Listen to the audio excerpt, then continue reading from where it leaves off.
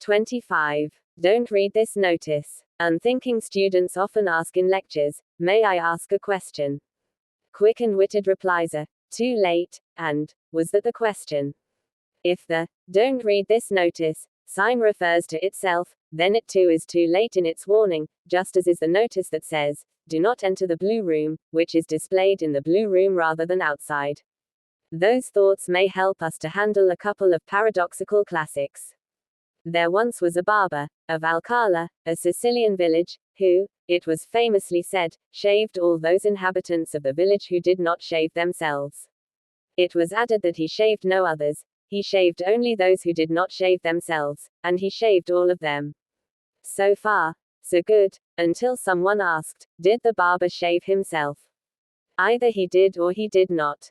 Suppose he shaved himself, then he was not one of the inhabitants who did not shave themselves. But we are told that the barber shaved only those who did not shave themselves. So, he did not shave himself. Therefore, from the supposition that he did shave himself, it follows that he did not, which is a contradiction. Contradiction. We could sing, presumably, then, he did not shave himself, so let us consider this alternative. If he did not shave himself, then he was one of those inhabitants who did not shave themselves, but as we are told that the barber did shave all such inhabitants, he must therefore have shaved himself. Contradiction. What is to be done? It is not possible for there to be a barber who both does and does not shave himself. When we said that either the barber shaved himself or did not, we were presupposing that such a barber existed. The answer is that there can be no such barber. The presupposition is false. And now for something completely different, or is it? It derives from Eubulides, but a closely similar problem is associated with Epimenides, centuries earlier. Both were of ancient Greece. Suppose someone says, "I'm lying," and says nothing else. When people utter such words, they are typically referring to other things that they have said, but in this case the speaker is referring solely to what he is saying when saying, "I'm lying." Is the speaker who just says, "I'm lying," speaking the truth? As with the barber, let us consider the two alternatives, that he is speaking the truth and that he is not. Suppose he is speaking the truth, then it is true that he is lying, but if he is lying, he is not speaking the truth.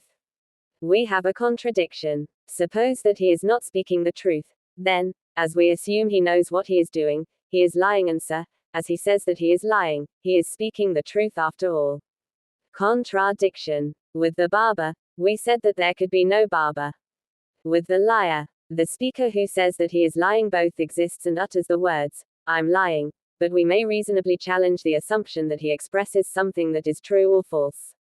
Just as the barber paradox led us to conclude that there could be no such barber, so the liar paradox may lead us to conclude that there is nothing that is being expressed by the speaker which is either true or false. That answer does not reach the heart of the problem, for we can strengthen the paradox, with the speaker saying that what he says is not true. Would he not be expressing the truth that what he says is not true? If so, again the contradiction arises.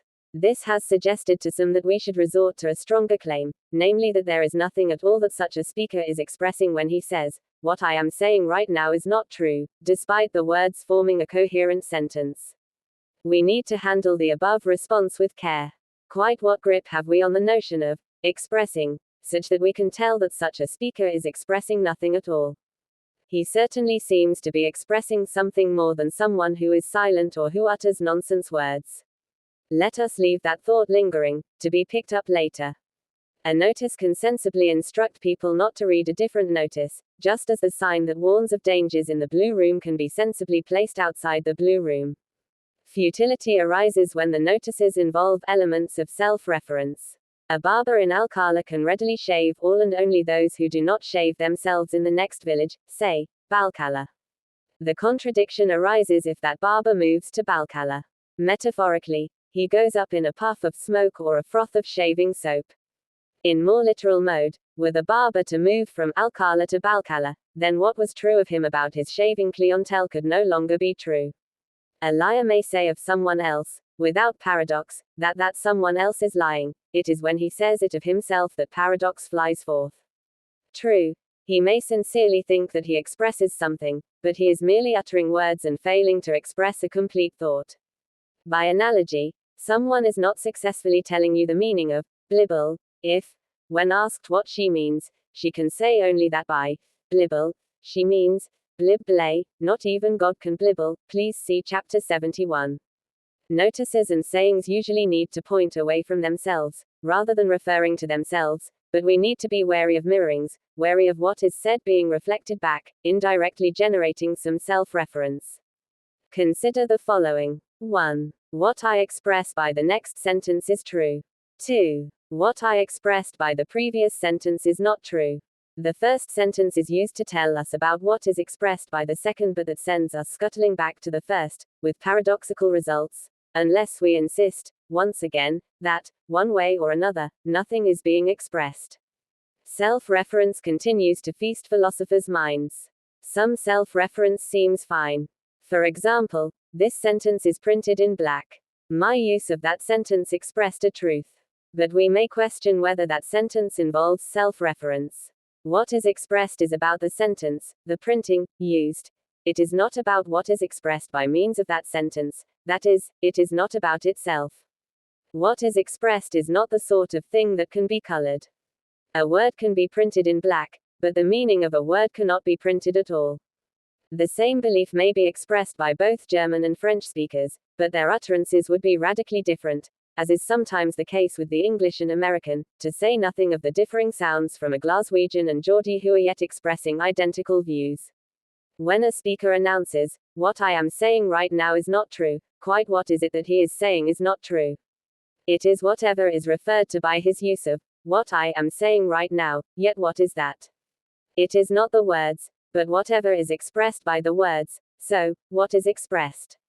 It seems that we are in a position akin to the emptiness of blibble, there is nothing there about which to speak. We may now clarify the claim that nothing is expressed by the use of such self-referential sentences. The truth is that nothing is being referred to by the speaker in his speaking. Although the concepts of saying and being true are being expressed, they are not being expressed about anything. Phaltus of Cos, c. 300 BC, received the epitaph, Phaltus of Cos am I, 'twas the liar who made me die, and the bad nights caused thereby. Liar versions continue to cause some philosophers to wrestle during sleepless nights, and probably nights even when fast asleep, though these days such troubling logical paradoxes result not in death, but in more and more articles in learned journals. The logical spinning spins on and on. 26. The unobtainable. When yes means no. We often seek the unobtainable, a tribute to human pertinacity, or is it perversity? Jack has a great passion for Jill, but only so long as she remains aloof and unobtainable.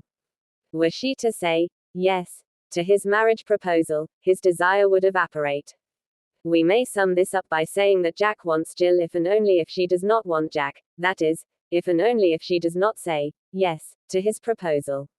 No contradiction arises, just the misfortune of our perverse human nature. Let us now add that Jill is a sensible and romantic woman. She will say yes, if and only if Jack wants her. Now, if she says no, then Jack wants her, so, then she should say yes, but that ensures that Jack does not want her. As a result, she then does not want Jack, which brings Jack back round to wanting her, and so on. The reasoning loops round and round. Let us bear this in mind, as we bring forth a little legal controversy involving Protagoras, the ancient Greek relativist we engaged with earlier when resisting, relativism. Protagoras gave legal training to Euathlus, an impoverished student. The condition set was that Protagoras would receive his fee, once Euathlus won his first court case. Euathlus, after his studies, gave up on the law, deciding instead to go into politics. Protagoras worried about his fee, but Euathlus pointed out that he was not required to pay until he had won a court case. So, Protagoras sued Euathlus for the fee, and lands us, seemingly, in a logical mire. Should Protagoras get paid? Protagoras argues that, whether he wins or loses the case, either way, Euathlus must then pay him. If he, Protagoras, wins his case for the money, then that simply means that he should be paid. If he loses the case, then Euathlus would have won his first case and hence, by the contract's terms, he should get paid. Hence, he, Protagoras cannot lose. Why even bother to have the case? Of course, lawyers are typically unhappy to have that last question raised. Euathlus pursues a different line. If I lose the case, then I still have not won my first case, so obviously I should not pay. If, however, I win the case, then the court ruling says that I should not pay.